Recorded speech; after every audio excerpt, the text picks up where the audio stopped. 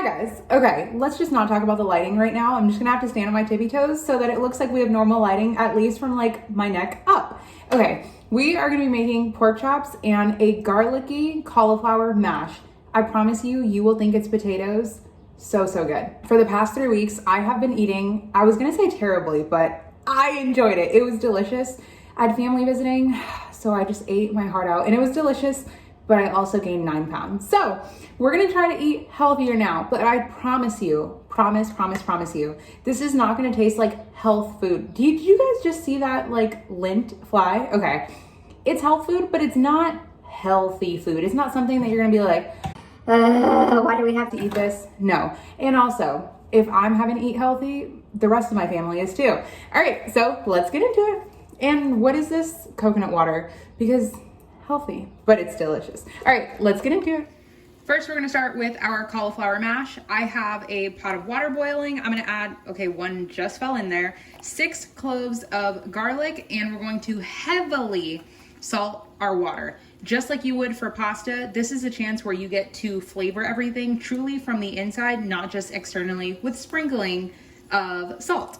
Then I have, this is half of a bag that I have, but this would be a 12-ounce bag. If you wanted to make this and use a 12-ounce bag, the whole bag, go for it.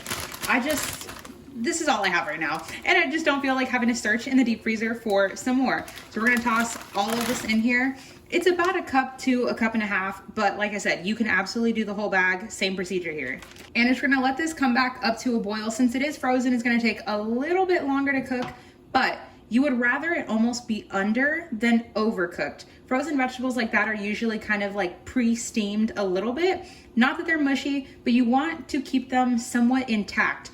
The thing with cauliflower mash is you do not want it to be loose and runny. And if it is, I will tell you guys how to fix that in the next step after we move on from this. But if you wanted to use fresh, absolutely could. Just chop it down into smaller pieces. You guys know the smaller you cut things, the faster they cook. And it just works out a lot smoother that way. So we're gonna let these go for about 6 to 7 minutes. We're gonna keep checking on them just for doneness. Sometimes your water is hotter and sometimes it's colder and needs a little bit longer.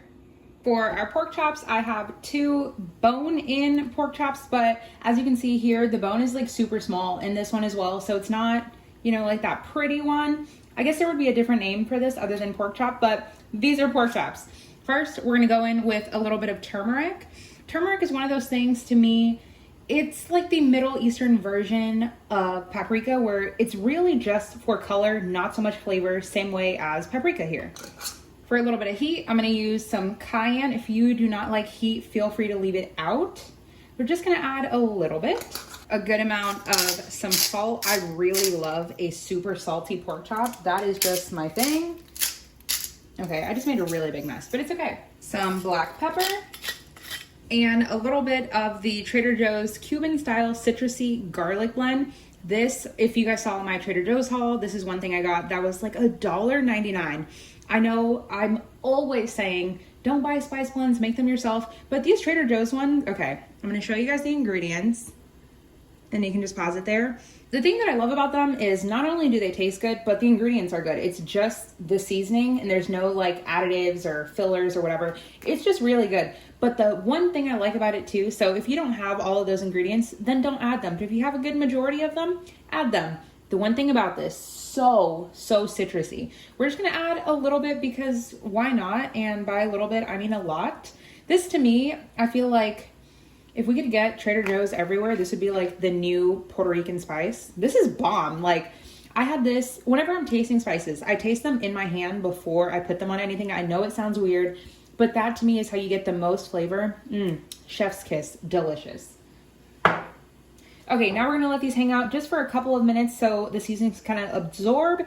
Oh, I just said that really weird. So the seasonings can absorb and that salt's gonna pull the moisture to the surface and it's all gonna mix together, beautiful. And we're gonna go back to our cauliflower mash. Going back to our mash, this is perfect. Everything is super nice and tender. We're gonna go ahead and strain this, but reserve about a half of a cup of the cooking water saltiness. It's perfect, I'll explain why later, and we'll come back. Now that they're strained, we're just gonna, why did I forget what I was just gonna say? Okay, that's awkward. There's gonna be no way I can edit that out. But we're just gonna mash this now. If you had a food processor, which I do, I just don't feel like that's one more thing we should have to wash right now. So I'm gonna go in with my potato masher and we're gonna mash this up. Like I said, a blender or a food processor will be so much faster, but we're just gonna go with this. My words are not making sense, and I know I'm just gonna edit this video and be like, Amber, why? But this is what happens when you film when you are so hungry, and it is also like 100 billion degrees outside. To this, we're gonna add 1 tablespoon of butter. And for those of you guys that are wondering if the garlic is gonna be soft enough to mash, it absolutely will. I don't like a super smooth mash. I kind of like a semi-chunky mash. And to me, it just works and it helps with that texture. And if you bite into a piece of garlic, oh, so delicious. Okay, this is coming together well.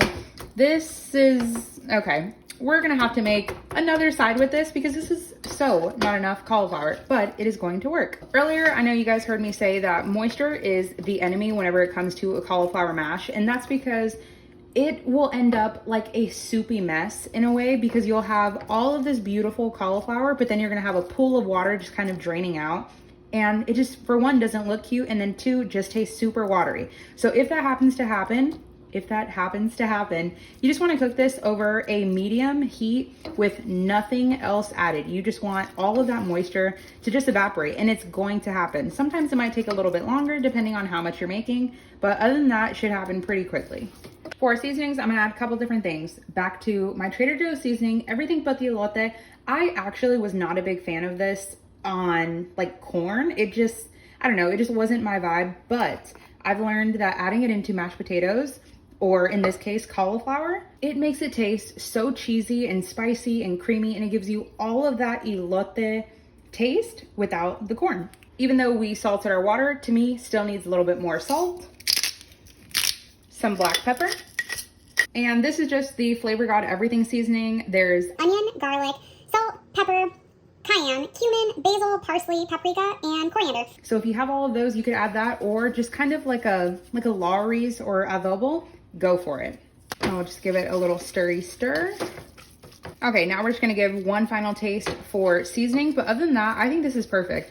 This is how I want my cauliflower mash. I don't want it to look super smooth and like baby food.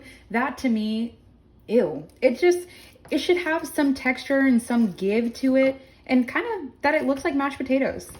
Okay, I think that's perfect. Now to our very beautiful and well-loved pan. I have it heating over medium to medium-high heat. This is some of my, I guess it's homemade essentially, my chicken fat.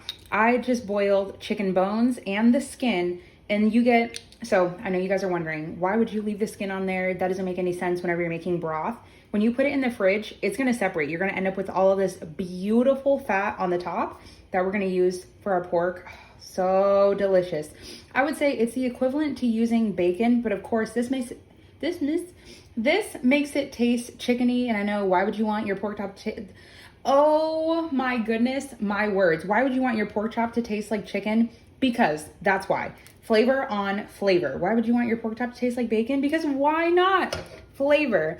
Okay, like I said, so hungry. I'm getting flashbacks now to my Trader Joe's grocery haul where none of my words are making sense, and it literally sounds like 2 of me are talking at once because I'm trying to talk over myself, which makes no sense. Okay, we're gonna turn the heat down just a little bit, then we can add our pork. And of course we have one side that is seasoned. We're gonna do the same seasoning to the other side. I just like to do it once it's in the pan, because to me, when you do it on the other side, most of it gets stuck to the cutting board and you're just wasting your money. That's what you want to hear. Ooh, they're going to be good. Okay, still working over a medium heat. We're going to season the other side. We're going to let them go for about 3 minutes on one side and then about 2.5 on the other side and let them rest. Okay, we have the other side seasoned and going. We're going to set our timer. And I also thought I would give you guys a fun little fact here. Turmeric is not absorbed well by the body unless it's used in conjunction with black pepper. Google it if you don't believe me. It'll tell you all the facts. I'm definitely not a dietitian. I just love food, and why not bump up the health benefits? All right. Then we can give them a flip. I almost got distracted. I was watching The Housewives on my phone while I'm recording. Ooh, okay. Pork chops tend to curl up. Little hack for that. Bring out your scissors Okay, that part's not gonna cut. And just push it down. And if it keeps curling up, it's all right because it's still gonna taste good. And just like that, dinner is done. You cannot tell me that that does not look like mashed potatoes. I mean, beautiful. And look at this pork chop. Enjoy.